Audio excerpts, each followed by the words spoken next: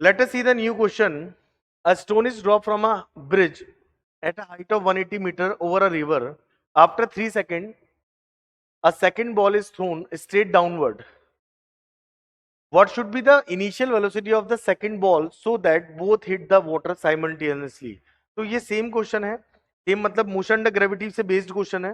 तो based on motion under gravity में Newton equation लगाएंगे, न्यूटन्स इक्वेशन लगाएंगे.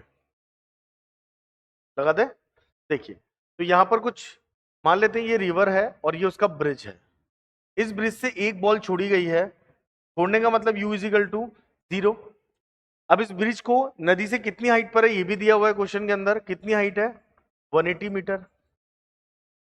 अब ये बोल रहा है इसके छोड़ने के बाद, यानी पहली बॉल को छोड़ने के बाद, बॉल नंबर 1, दूसरी बॉल को छोड़ा जाता है 3 सेकंड बाद. कितने सेकंड बाद?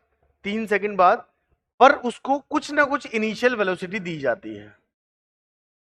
तो वो दोनों ही बॉल एक साथ नीचे पहुंचती हैं. तो अब इस क्वेश्चन में सबसे पहले हम क्या करेंगे, पहले वाली बॉल की बात करते हैं. तो 180 मीटर चलने में इसको कितना टाइम लगेगा, वी कैन फाइंड आउट. तो देखिए यहां पर न्यूटन की सेकंड इक्वेशन लगाते हैं. तो 1 ये इक्वेशन लगाएंगे, s is equal to u t plus half a t square. s कितना होगा? -180. इनिशियल वेलोसिटी फर्स्ट बॉल के लिए 0 थी, माइनस हाफ, जी की वैल्यू 10 हो गई और टाइम अभी हमें पता नहीं है. ये हो जाएगा 180 equal to 5t square. Minus से माइनस भी कैंसिल होगा. 5 से कितने टाइम्स आएगा? 3. 36 टाइम. तो t square is equal to 36. तो t is equal to 6 second. तो फर्स्ट बॉल 6 सेकेंड बाद इस नदी पे टकरा जाएगी ब्रिज से. अब ये बोल रहा है सेकंड बॉल को हमने 3 सेकंड बाद छोड़ा है. तो इसका मतलब सेकंड बॉल को चलने के लिए, क्योंकि सेकंड बॉल भी इसके साथ ही पहुंचेगी, तो सेकंड बॉल को चलने के लिए 3 ही सेकंड मिले, क्योंकि 3 सेकंड बाद उसको छोड़ा गया है इसके छोड़ने के बाद. तो हम ये कह सकते हैं कि इसका जो पहुंचने का समय होना चाहिए वो 3 सेकंड में पहुंच जाए, तो ये साथ में पहुंच जाएंगी. तो लगाते हैं कॉन्सेप्ट. डिस्प्लेसमेंट कितना है? 180. सेम. तो न्यूटन की सेकंड इक्वेशन 180 माइनस लिया है, नीचे की डायरेक्शन है. u जो कि इनिशियल हम मान रहे हैं v.